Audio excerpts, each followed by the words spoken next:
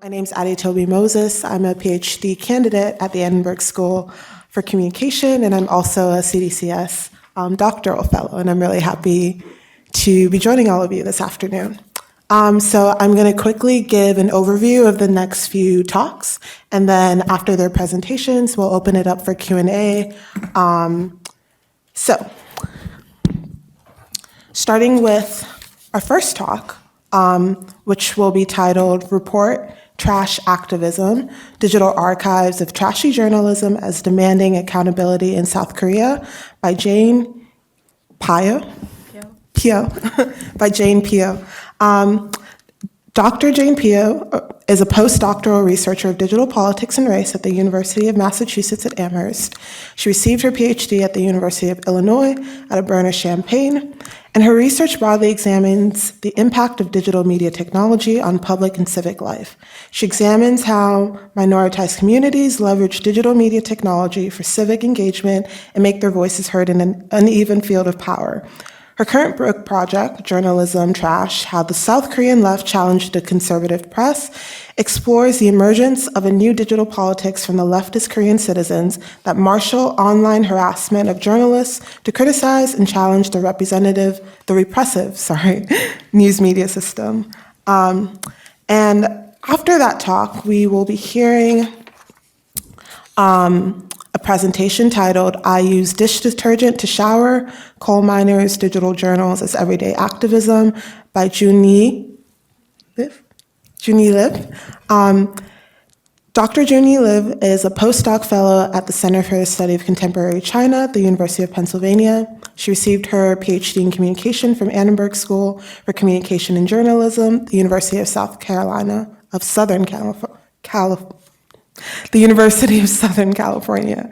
Coming from a Chinese coal town that experienced boom, then decline, she studies coal and energy communities in transition, drawing from environmental and energy communication, media studies, and rhetoric. In her dissertation research, she did interreferencing fieldwork in her hometown in eastern Kentucky on local precariousness and resilience. Her research aims to facilitate energy communities' mutual communication and learning in the global context. And finally, our last talk will be titled Ghosts and Artifacts, Post-Digital Formations of China's Digital Activism Since 2020, and that will be presented by Dr. Zoe Zhao. Okay, I think I did the pronunciation all right. Okay, just wanted to make sure. Dr. Zoe Zhao is an activist scholar specializing in the intersections of technology, work, and social movements in a global context. Their current book project delves into platform-based video game services in China.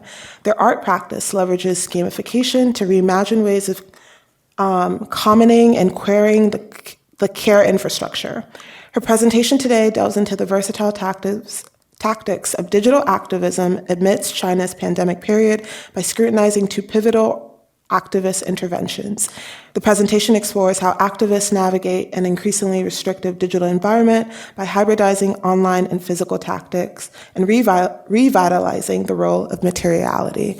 Can we give a big round of applause to our presentation?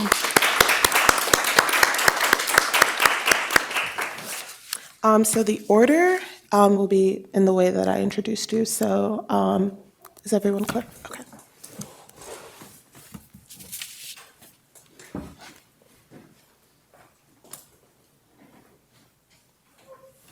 Hi, everyone. Thank you for being awake and staying awake. My name is Yeahin Pyo, and I'm a postdoc at University of Massachusetts-Amherst. Today, I'll be presenting one of my book chapters or book projects, which is about how contentious online practices emerge, such as digital tax, as a new mode of doing politics in the South Korean context, which challenges media elites and political authorities. Which I broadly term as activism, and my title also changes every time. This is one of my potential chapters about how people create digital archives that collect, preserve, and display trashy journalism as part of their activism. Okay, before anything else, I want to give a brief background story of my research. So my closest friend is a journalist in one of the major news companies in South Korea. And one day in 2018, she showed me all the emails that she was getting. They were very hateful and very aggressive, like saying, you trash, you're totally wrong. But sometimes it's kind of funny just to look at it. So something like very aggressive and hateful. As she showed me the emails, she said, like, I think I become a target. Maybe I was on Report+trash. So here is Report+trash. So it's a website. The website name is Report+trash.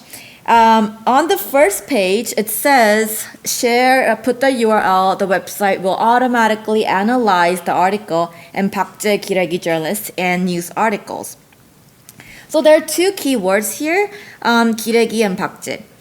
기레기 is a new internet-born word that combines 기자, journalist, and 쓰레기, trash in Korean. So it is like calling journalists trash.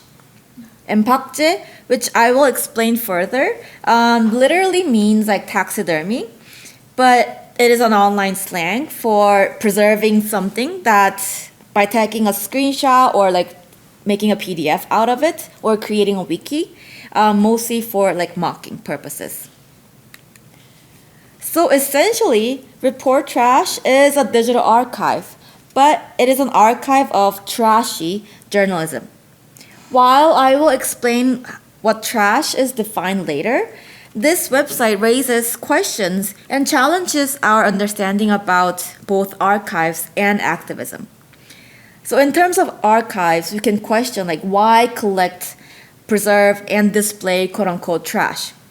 And for activism, like the question is how can labeling and archiving trashy news can be a mode of activism?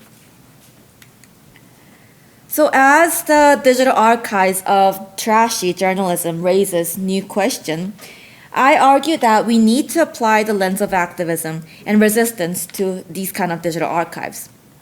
Through this lens, we can more think about these set of questions, such as why people create archives, what purposes the archives serve, what practices archiving encourages and entails, and how archives empower people and become resource for resistance. Through the case of websites that archive trashy news articles in South Korea, I demonstrate how digital archiving becomes a political act, especially a way of challenging power and demanding accountability in the online sphere from authorities with digital tools. So in the case, applying that, my theorization, in the case of archiving websites of trashy journalism in South Korea, I argue that these websites can be read as a way of providing media criticism and demanding accountability from media elites, thereby pushing the boundaries of Korean journalism for unnecessary change. Within the framework of activism, I show that citizens practice everyday monitoring of journalists, and the archived news articles become evidence and resource for citizens resisting and challenging media power, as well as pushing for journalists' self-reflection. Then archives are about citizens staying engaged with the press and really changing Korean journalism. There are 4 trashy journalism archives in South Korea, including Report+trash, and my research is an in-depth exploration of 3 websites and the founders. Methodologically, I conducted in-depth interviews with the founders of the websites. I met up with them sometimes over Zoom, but sometimes over drinks and like meal, and asked questions about like their motivations for the websites, their hopes, their goals, and website maintenance. I will highlight that these founders, who we might usually think as like trolls or keyboard warriors who don't really have a job outside of this being on the internet all the time, were very much nice, they're very engaging, and they were just really fun to talk to. During my research, I also interviewed journalists, and interviewing the founders was such a more pleasurable experience compared to journalists, which is kind of hinting at the elitism of Korean journalism. But I will not go in detail about who the founders were for each website. And I will also emphasize that these founders are key informants who provide a window into what these websites mean and how they are part of activism. I'll briefly explain what these websites are and how they archive trashy news. The first is Report+trash here.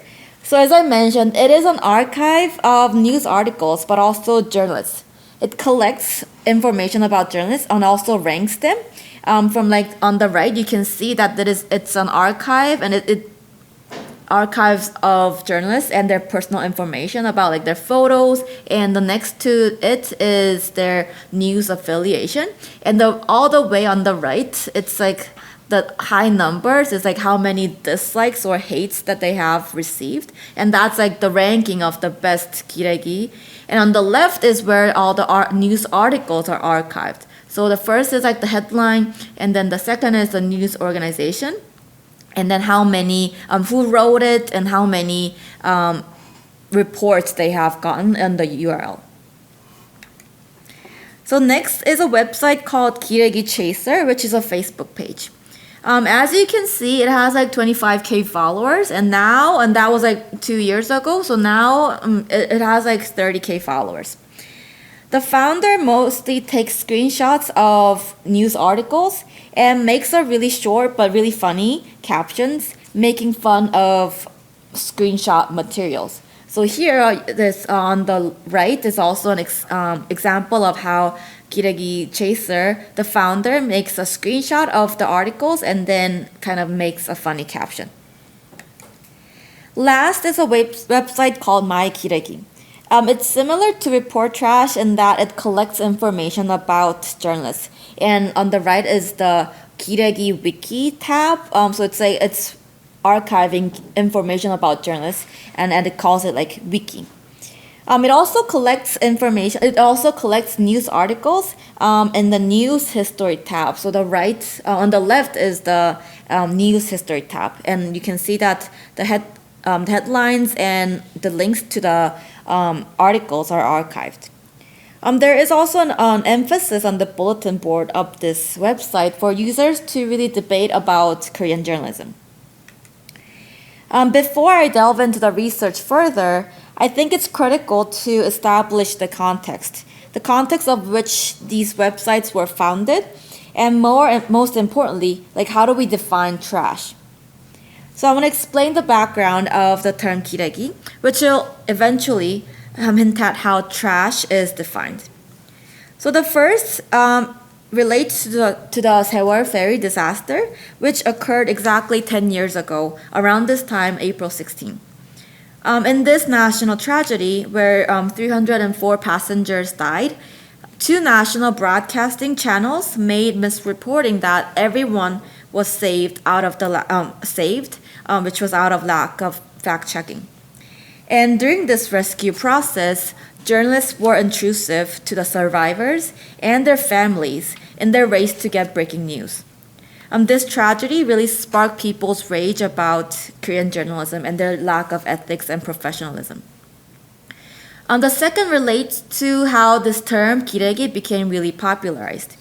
The term 기레기 the usage of the term 기레기 was exponentially increased on social media during Moon Jae-in's presidency from 2017 to 2022. And the Moon Jae-in was a left-wing president who was elected after almost 10 years of consecutive right-wing administration, and he was elected after the impeachment of President Park Geun-hye.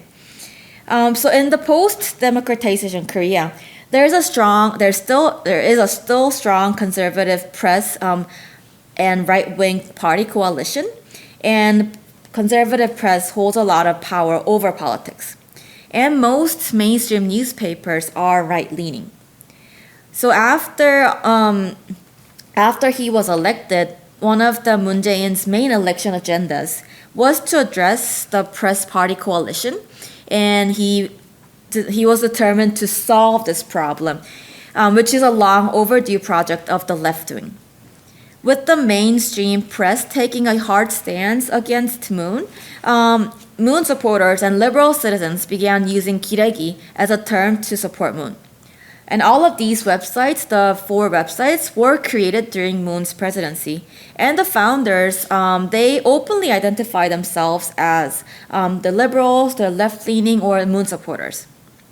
So the definition of trash is a complicated mixture between the 2 contexts, where it is about lack of professionalism, ethics, and fact-checking, as well as left-wing's political frustration with the power of the conservative press. As this research derives from insight about digital archives, it's crucial to understand how we have understood archives so far and how might these 3 websites challenge or broaden our understanding.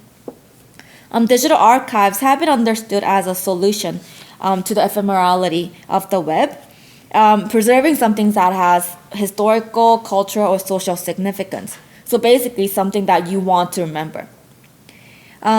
It is seen as a deliberate act of collecting and preserving web materials in its original form for future. In this sense, the website challenges our conventional understanding of what is an archive and what does it do, because people are collecting trash. That is, it leaves a question of where is the value and the meaning of archiving materials that are not so pleasant to remember. And the literature on digital media activism kind of allows us to answer that question. The lens of online activism allows us to understand the value of archiving tragic and painful incidents, which at first glance may not be really worthy of remembering. However, digital activism scholars show that archiving tragedies, violence, and injustice is a mode of online activism that reveals repressive structures through witnessing. And it challenges dominant narratives and demands accountability. For instance, taking Wikipedia as an example, scholars suggest how archiving can be a resistance. By reappraising events that led up to the Black Lives Matter movement, Wikipedia editors allowed readers to reinterpret racial tragedies and document mourning practices. And we know how hashtag activism also allowed the marginalized people challenge repressive social narratives by sharing their social people by allowing to share their personal experiences of racial and domestic harms and violence via hashtag NYPD police or why I stayed. It's like creating and participating in making a collective archive of pain which others can see and sympathize with. And through this collective effort, the marginalized rewrite their history of pain and challenge the stigmatizing social narratives that have silenced them. So combining archives and activism, my research is designed to answer these 3 questions. First, what practices do these archives entail and encourage? What is the archive trash evidence of? How are the archive materials treated? And what messages do they convey? Answering these questions, what I have in mind is ultimately what is being challenged and demanded through the archives. So these are my 3 points of findings, which I'll explain in detail. So the first is an answer to the question of what practices do these archives entail and encourage, both from the founders and the website users. So I find that the archiving practices it required a lot of daily monitoring of journalists, looking for materials to put in their websites. The 3 websites incorporated and encouraged the everyday practice of monitoring journalists, which really made them stay engaged. So I pulled out some quotes from the founders. You can take a look at how the founder of Kiregi Chaser kind of mentions about her habits or her news accessing behaviors has changed since she started the website. She already described herself as quote-unquote a reader who consistently follows the news, but she became more proactive. She no longer relied on Naver, which is a news aggregating website that most people most Koreans use out of comfort because it conveniently collects and curates news stories from all different organizations and then puts it on one website. But then after she started this website, she mentions that she actively now checked individual news websites. She also didn't rely on social media as well. Similarly, the founder of Report+trash explains about his website users. Here he explains how on the Report+trash website, on the page where they collect information about journalists and the news articles, there are users who seem to know really about the journalists, like what they have previously published, and then by consistently tracking their stories. It's not included in this quote, but he later mentions about how some users put into the archive like news articles that was published even like 10 years ago. So archiving requires and encourages consistent and daily engagement with the press. This everyday practice of monitoring journalists signals how these websites reverse the common assumption of journalists as watchdogs of society.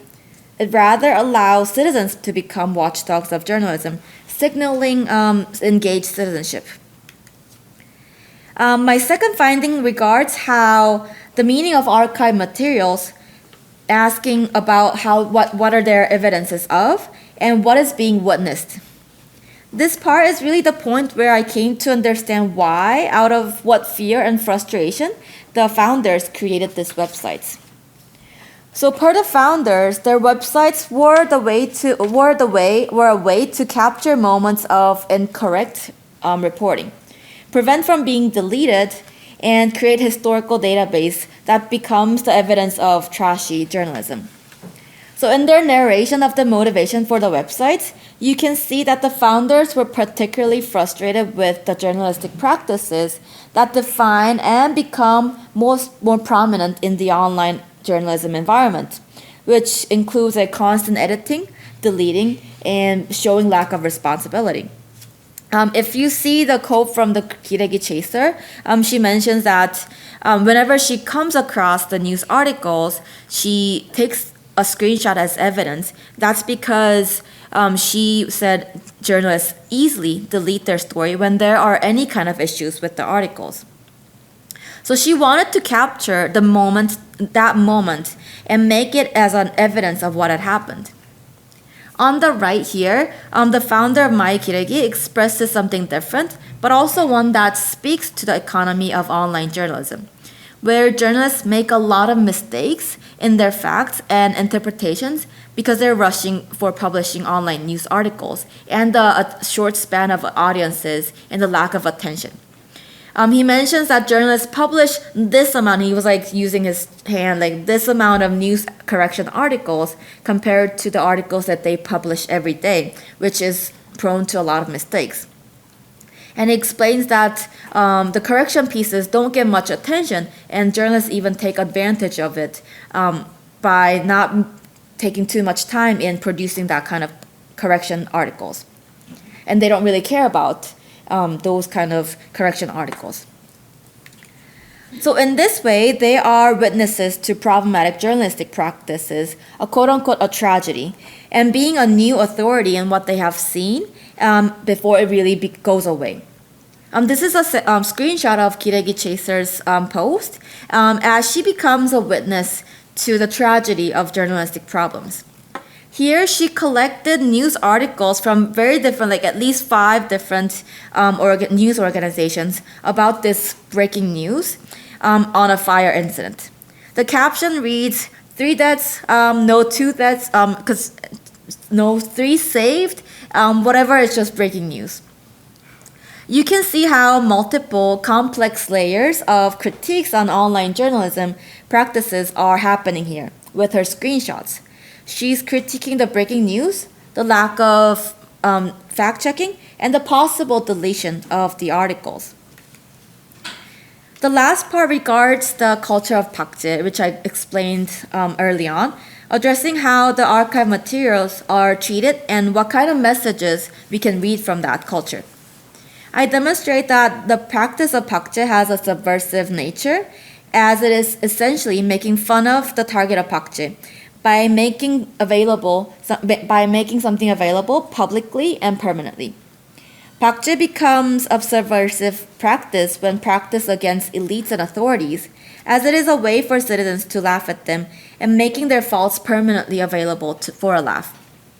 By practicing Pakje against journalists, the websites and the users are not only sending message of precaution to journalists, but also pushing them for self-reflection.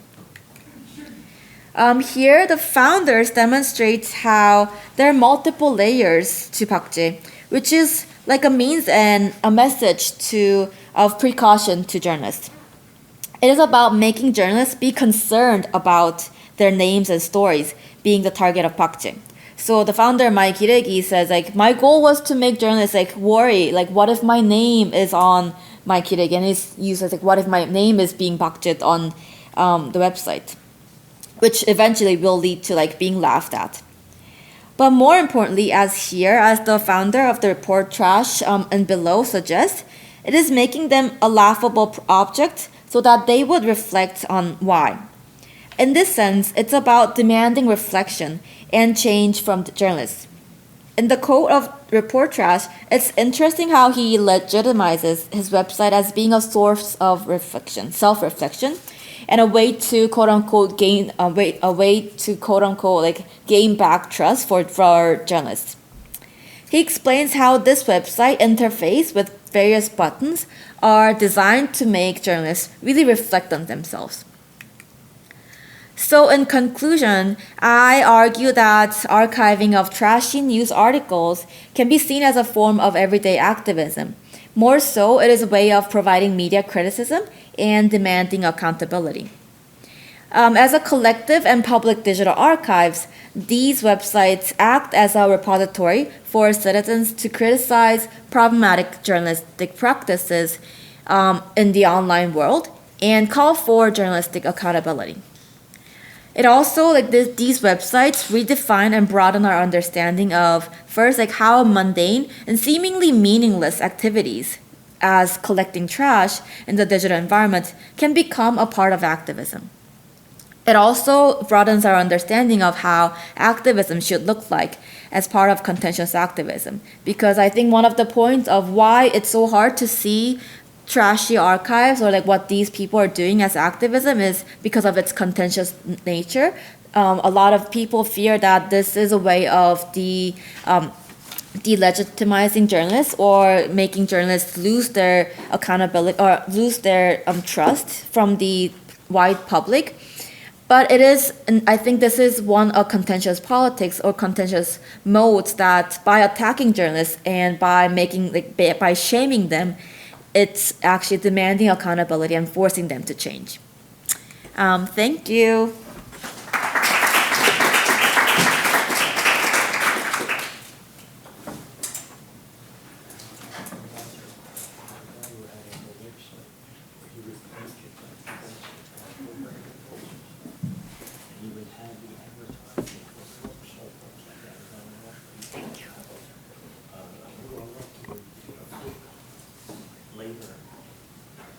Hi everyone, thank you for coming. So I also changed my title. So my presentation today is about everyday resistance and resilience of coal miners' multimodal digital journals. And I would like to introduce Q. So Q is a coal miner having more than a decade of underground working experience. He worked in a coal mine. In 2022, he posted what he categorized as a miner's journal, 矿工日志, with pictures showing his showering basket on the Chinese social media platform Red, also called 小红书. And the post was titled, I am a coal miner. I use dish detergent to shower. So the yellow-orange bottle in the basket is the dish detergent. The multimodal journal reviewed the graciness of coal and miners' precarious working conditions and generate public attention. It gained, I think, 90 likes so far over the 2 years until yesterday. And I'm so happy that Junyi has introduced Xiaohongshu earlier today, so thank you, Junyi. So for newcomers this afternoon, simply speaking, Xiaohongshu, also called Red, is a lifestyle platform. They categorize themselves as a lifestyle platform, mainly providing social and also e-commerce affordances options for users. And the users can find information about many aspects of life on Red, including like eating, traveling, baby solid food, lots of things. So Q is not the only coal miner engaging in digital content creation. Miners/creators has become a genre or a vertical on social media platforms such as Douyin, Bilibili, and even YouTube. They do have some international presence and engagement.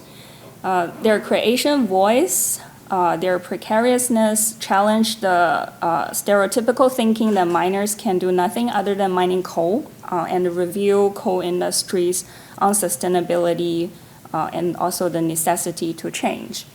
But this coal miners' creation is mainly driven by their personal interest, the community bonding needs, and also economic benefits. They hardly consider their digital creations as resistance.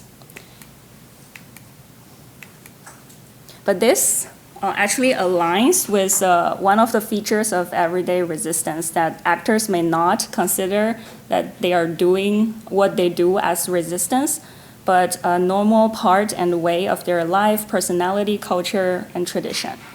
The key to judge whether an action counts as everyday resistance is to examine whether the action undermines power and being integrated into actors' ways of life. Creating digital journals demonstrate miners' agency and also disrupted the domination and the control of coal industries. So bearing this in mind, I study coal miners/creators digital journals. My research centers around these questions regarding navigating across digital and physical environment, and also harnessing various affordances.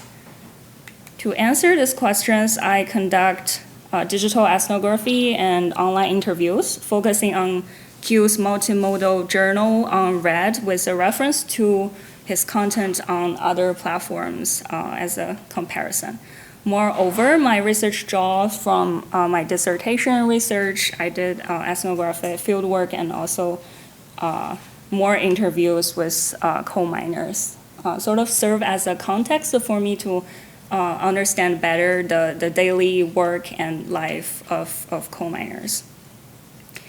I pay particular attention on the intention, ideas, and language of coal miners regarding James Scott's emphasis. Coal industry and communities have rich and complex history of activism and mobilization. Previous research has focused on, for instance, labor movement, environmental justice. A few studies focus on coal communities' activism on an everyday basis or in the digital context. As the widespread smartphone and mobile technology increasing, also the platformization of Chinese social media with especially some targeted platform targeted in the rural area and also small city users. Grassroots coal miners and community have been afforded with more opportunities to participate in digital public culture. The development of internet also enriched forms of activism and resistance.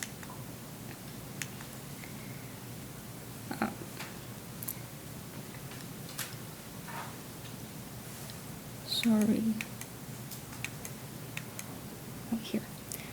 previous study, Ibima and Harvard had this study.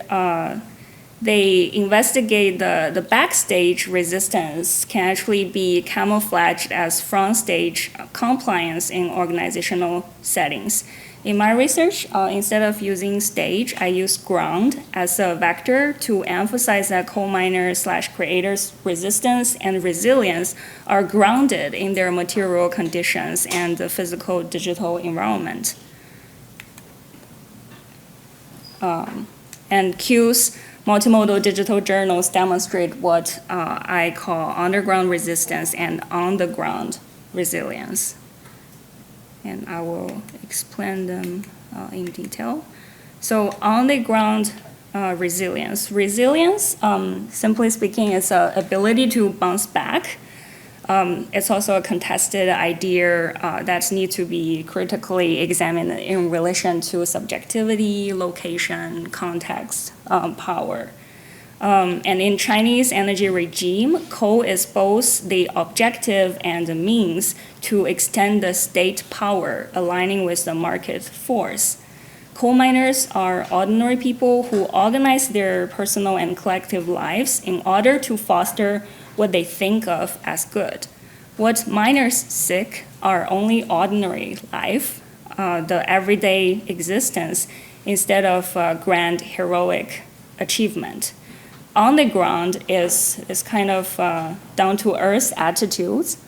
Tim Ingold pointed out the problem of modern society is groundless, favoring head over feet, mind over body, and underground emphasize the value of materiality and pedestrian life.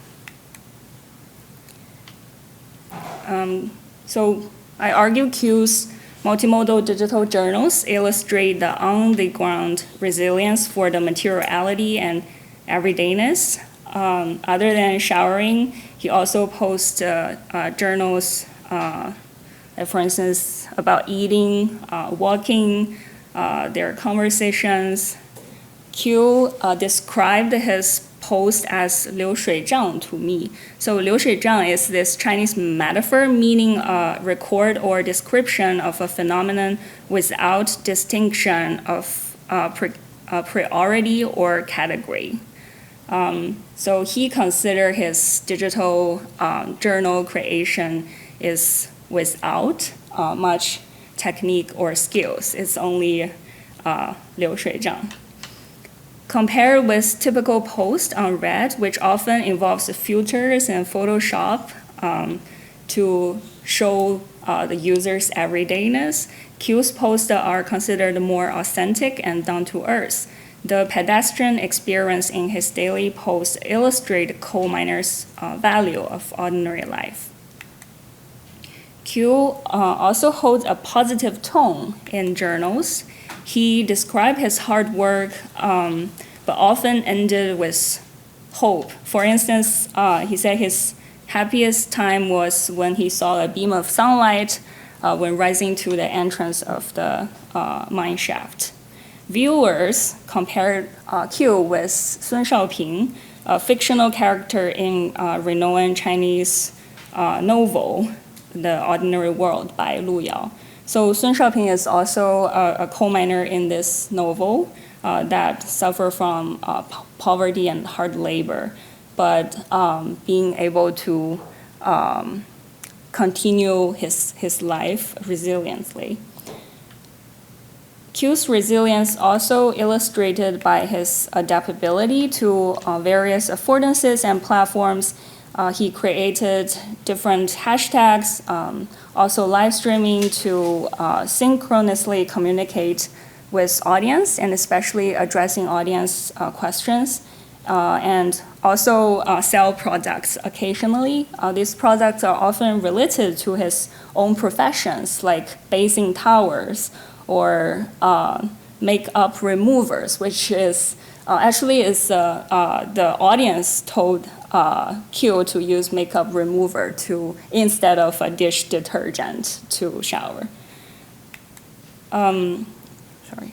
He also used other social media platforms and differentiates his content on different platforms. For instance, on Bilibili, the most popular video of Q showed the coal miners feeding mice underground and explaining mice could detect the safety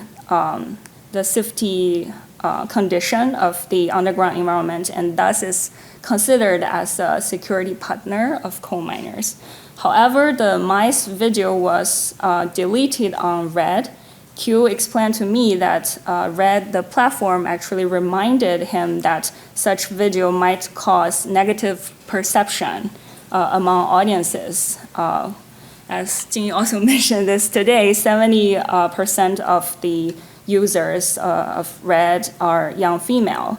The platform, they think their users are more interested in basing towers and makeup removers than mice. On the other hand, coal miners' underground working condition is dusty, noisy, dark, risky environment. They also generate underground resistance. So ground usually refers to the surface of Earth and area. When miners working under the surface level across different strata of coal seams, the assumption of ground or common ground is challenged. The meaning of underground here is twofold. For one thing, it aligns with the covertness of everyday resistance. For the other, it also literally refers to the physical environment underground where the digital journals are grounded. Although Q does not regard his multimodal digital journals as resistance, he mentioned that he created a journal is a way to cope with the hard and boring job. And he also wanted to let the public know there are a group of unknown coal miners working hundreds or even thousands of meters underground. So in terms of the intention, there's the resistance and sort of activism embedded here. Q also told me that coal miners have WeChat groups as a supportive network in which they share their work and lives. And in that group, Q said there's actually nobody really liked the job. Although we are doing this job, nobody says this job is good. We just do it to support the family. The not liking job tone is hidden privately to maintain the positive, resilient tone on Red, which is public facing. The third aspect of underground resistance is the specialization and temporalization. So Q described his job as 2 points and 1 line between mine and home, 2点1线. Social media platform provides coal miners a third space of openness and creativity, breaking the dualism of mine and home. And also keeping digital diaries, keeping diaries can be a way to perform the art of endurance. The persistence of creating journals is for Q to live with precarious working conditions and coping with slow violence. To conclude, underground resistance and on-the-ground resilience are not separate entities, but permeable and volatile vectors shaped by market regulation, platform affordances, and interactions with audience and communities. There are actually more examples of how Q create journals to address audience questions and comments, but I probably won't share them today. Through this research, I hope to show the vernacular quoting possibility to change in the coal industry concerning energy and media, bridging digitality and materiality, and entangling social and environmental justice. Thank you.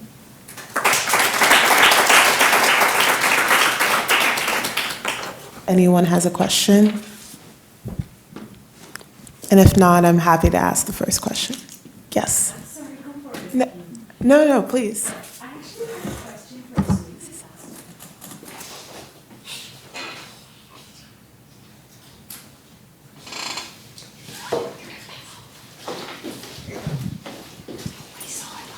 Thanks for these fantastic presentations. I had a question for Zoe, if that's okay. I was thinking about what you referred to as like evidence of the post-digital and this movement between the online and the offline. And I'm curious if both of y'all feel comfortable saying anything. What has like the texture of maintaining anonymity or scrubbing traces of like any kind of footprint of like circulating these materials felt like not just individually, but I think among wider networks, like have there been forms of using social media that have contributed to this kind of activism and or resistance? Shall I respond now? Or we'll gather around the question? Okay. Thank you so much, Kim, for the question and clarification. I will start by saying that every action, digital or non-digital in China, includes certain level of risk.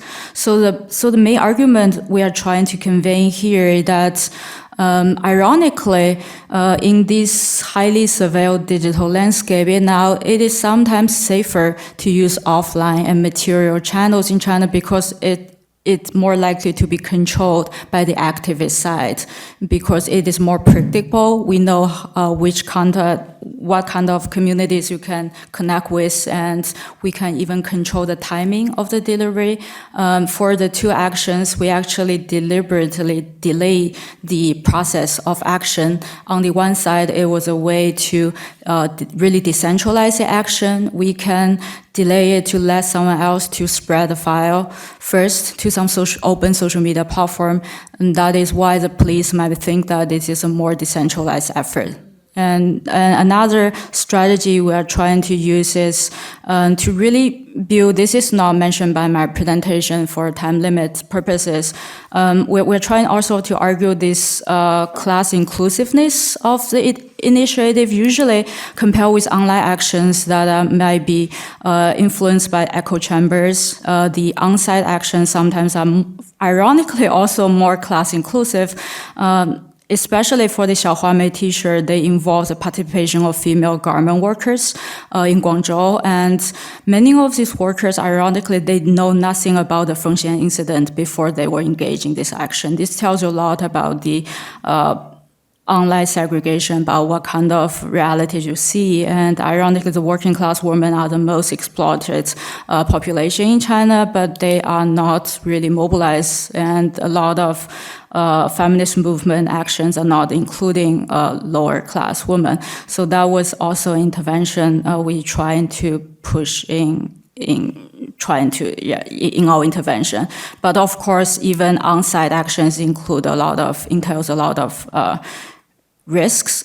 There are also parallel initiatives about making these Xiaohuamei t-shirts. This is not the owning efforts, but some of other initiative was tracked by the police because in some supply chain, they use a wrong shop, which was tracked by the police. And you have to very carefully differentiate with what connections you want to build.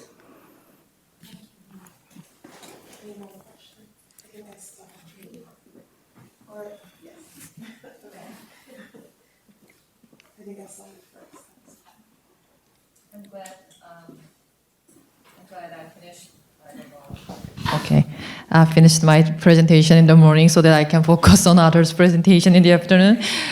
So thank you for this another great panel. I really enjoyed listening all of the talks, and I have questions for Jane and Joy. So for Jane, and as you explained, the term giregi, trash, has been really politically charged term in Korea. So I think the meaning of the trash becomes really, contested depending on how you define trash. So I think one thing I was thinking is, for instance, like during the Me Too movement, a lot of women journalists have been targeted as trash journalists, right? So they were called like trashy bitch, for instance. And then we can see that how this kind of like, targeting trash journalists become also an act of network harassment or trolling, right? So there is, I don't think there is clear cut distinction between trolling, network harassment, or activism. But in this case, for instance, harassing like women journalists and calling them as trash journalists cannot be an example of act of resistance. So I want to hear your thoughts about this definition, and also because you mentioned that you interviewed journalists and their experiences too, right? So I would love to hear your thoughts on this. And for Joy, I really enjoyed your presentation. I actually wrote an article about sticky notes, the use of sticky notes, so I'm really interested in this topic. So I wanted to hear more about the unique materiality of this protest artifacts, like why T-shirts, why road sign. I think they are providing different symbolic, also like embodied meanings to protesters as well. Like for instance, T-shirts we can wear, but even though we cannot wear, we can put it in a very private like spaces like clothes. So I think I just want to hear your thoughts about some of the unique materialities they can provide to protesters. Thank you. Yeah, okay. Maybe we can come up with a few questions and then our presenters can answer them. Yeah, thank you so much for this fascinating presentation and papers, and also for the previous panel as well. I'm really enjoying hearing everything and learning so much from your work. I have a question related, I have two questions. First, Zoe, in relation to what you were asking, I was also fascinated by the use of scrap materials, like the scrap textiles, that how women workers were revaluing that scrap material as activism. I wonder if there's something around activism through waste, through the re-evaluation of waste, especially in regard to your answer earlier on that these women are already kind of somewhat excluded from more in-person forms of activism, as if they are also like the discard in that form of activism, and yet they go and revalue waste and do some sort of activism there. I think it was something fascinating in that. I wonder if you want to comment on that. And also, Junyi, in your presentation, it was so interesting thinking of this documentation of slow violence through Q's work. What struck me was like the absence of people. It was mostly focused on objects like this detergent, and then there was the food. Only in one place we saw people walking. And what about the people at home? Like these photos connect the minds to home. But who are the others at home? Where are the women? Where are the children? Where are the elderly? Who else is at home? And what do their absences in these photographs? I wonder, or why are they object focused? I was wondering about that. And they're very well curated. There's a certain angle to that photograph that we see the detergents, and then they are somewhat mediated as well. As you said, this platform is like removing the mice photos, but putting this somewhat like sterilized in some sense, like we don't see the dirt necessarily. So I wonder about that sterilization of the documented slow violence. Yeah, that's all. Thank you.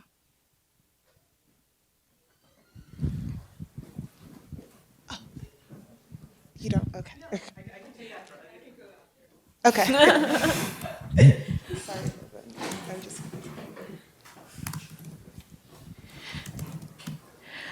So thank you very much to each of the panel speakers. This has been very generative to listen to. My question is for Jane. In your talk, you talked about this idea of accountability, right? How, the collection and archiving practices of trashy journalism examples allow for, down the line, after they have been archived, they allow for journalists to become more reflective of their work, to be more accountable of their work. So I was just curious to know, is this practice very central where there is this one person archiving all the work, or is there space for other people to join in terms of, forms of citizen journalism, right?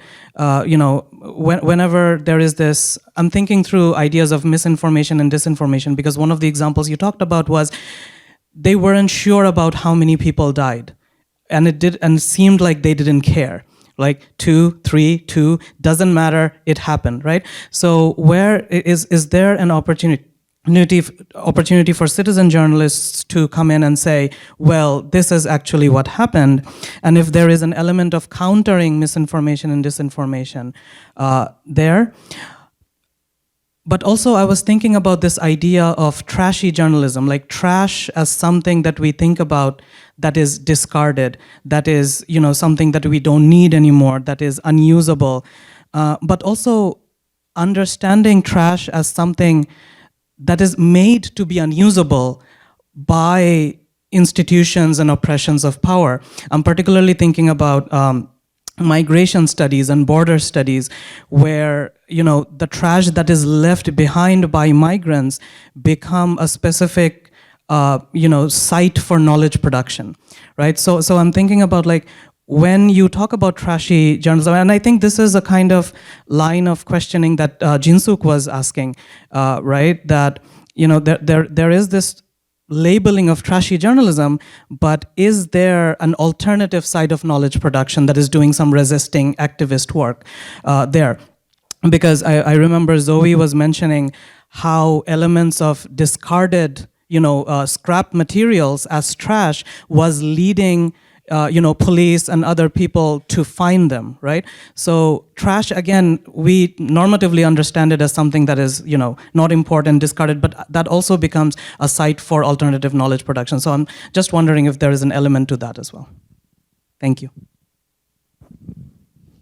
Okay, maybe this is a good time to stop or pause briefly, because those were a lot of questions. So we don't have to do it in any particular order, but we can also do, maybe Zoe, I think you have the most questions. So if you want to start. Thank you. I will start by responding to the choice of materials. And on the one side, it can be a pretty ad hoc or spontaneous choice because the reaction time is pretty short. In terms of the white paper movement, when the protest was going on, we only have a few hours to think about the material. Sometimes it depends on what material we have around that space and time. And on the other side, the choice of t-shirt, I would say, also depends on the reality that China has a large garment industry with low labor costs. And in Guangzhou alone, you have more than 7,000 family-based garment workshops that attract large numbers of female workers, especially female workers, because they are regarded as really fitting into this scene of producing in a family base. They can also provide a lot of cooking labor, and there's a lot of gender division labor within these family workshops. So it was able to, these female workers are able to contribute their unpaid care labor, which lead to a lower labor cost. And then it was really cheap to produce large numbers of t-shirts, and you can simply use the surplus, the t-shirts, for activism purposes. And other really concrete reason is that because my co-author worked in a garment factory at that time, so it's really easy to get access to this material. But on the other side, when we produce these artifacts, it's also easier for people to just use a template for other purposes. As for the Urumqi road sign protest, people can produce stickers, produce other kinds of merch so that they can sell to other audience. And to the question of Asli, your questions about waste, such a good inspiration. Honestly, I haven't seriously thought about this potential of waste activism, but I will think that the state violence and especially the state capitalist model in China keeps producing a lot of waste and surplus, especially in the activism realm because due to the censorship, there are many failed attempts of activism. As I have mentioned that many of the Paralight t-shirts campaigns was not really successful, but it still produced large numbers of this waste material, but unintendedly, it can be repurposed in a future timing. So this is a way we think about how this state violence can unintendedly create some future space for activism, and also this failed attempt can still be rekindled and also because of the COVID control. Another interesting way of thinking about it that because the control affects the logistics supply chain, and the ways that these teachers was distributed to different recipients got significantly delayed. Some of the recipients received their teachers 6 months after the initial event, which also unintendedly rekindled this memory of their past contribution.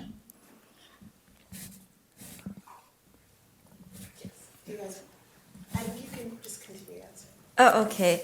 Thank you so much for your question, Tim. So I think the question of, since I'm focusing my research on like contentious online behaviors, that is the question that I've constantly been grappling with and then like receiving from a lot of people. Like, how do you distinguish between online harassment, digital attack, and online activism? I think what I'm thinking is like, how do I distinguish? Is like, we have to understand like who has the power and who is challenging. And I would say it becomes network harassment and really repressive power when it is reproducing that repressive structure that is already ingrained in society. So, and on a broader note of like liberal citizens challenging conservative or just dominant and mainstream news media, when we consider that in the whole society process or like the structure, I think in that case, it is about resisting how the repressive and the silencing power of news media, and how so it's like when it's against that media institution and media elites, we can read it as one form of activism.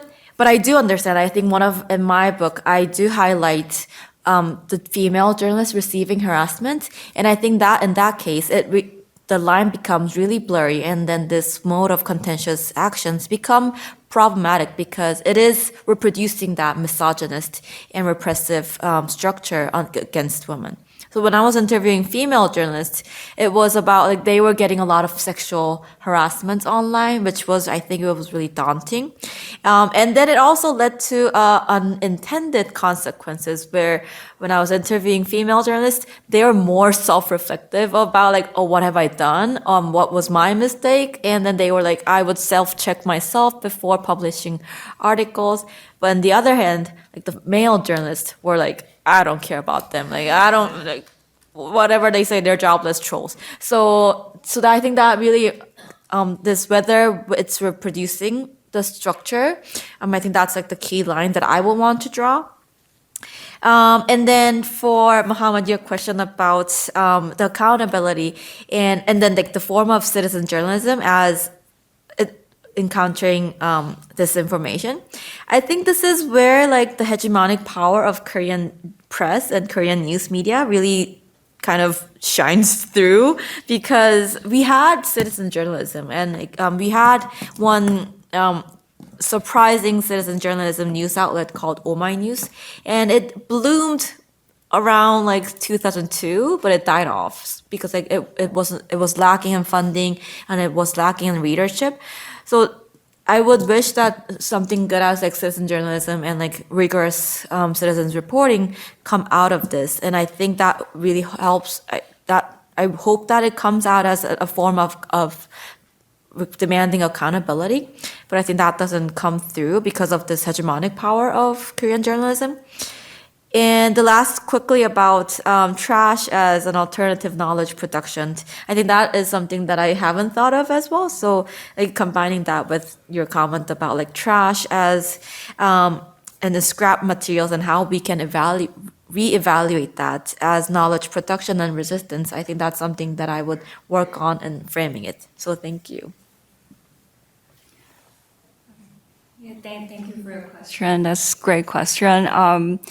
in terms of the human part, there's actually mostly videos that Q recorded when it comes to human. That he does interact with his colleagues. They had that eating together in cafeteria or underground. They feed the mice together. And there's also, when it comes to the question of home, he actually posted some videos and I think also some pictures of his kids that they play together in his leisure time. So yeah, I think that's a really important point, and it actually reminds me of your point last night about people as affordances. I think really the nuclear family, I think, and also the supportive network of colleagues provide this affordances. And your point really reminds me of the importance of seeing people rather than just thinking about the digital affordances, the platform affordances. So thank you. And for your second question about slow violence, and I think for when I thought about slow violence before, I was thinking more from the perspective of coal industry that exerting this slow violence as a dominant power over individual subjectivity. And it's also related to a book you cited yesterday, the Anna Ching's book, The Art of Living in a Damaged Planet.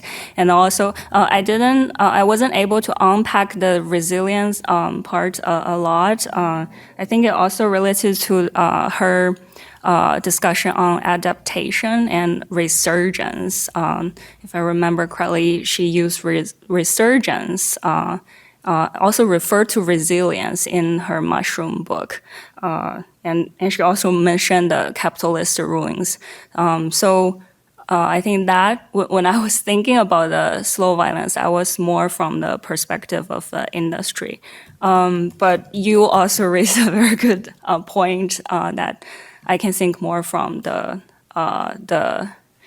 platform perspective, because I think especially the early stage when the coal miners / creators they were not very popular yet. The platform usually have more power over the individual creators, so they can. I think for now, Q still regard it as a suggestion instead of a regulation.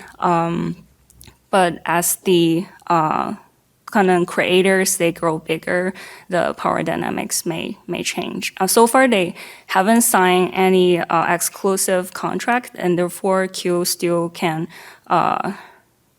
create on other platforms. But I remain curious about future. Yeah, but thank you for your question. Thank you. This is great. We're out of time, so that will have to be it for questions, but can we get another round of applause?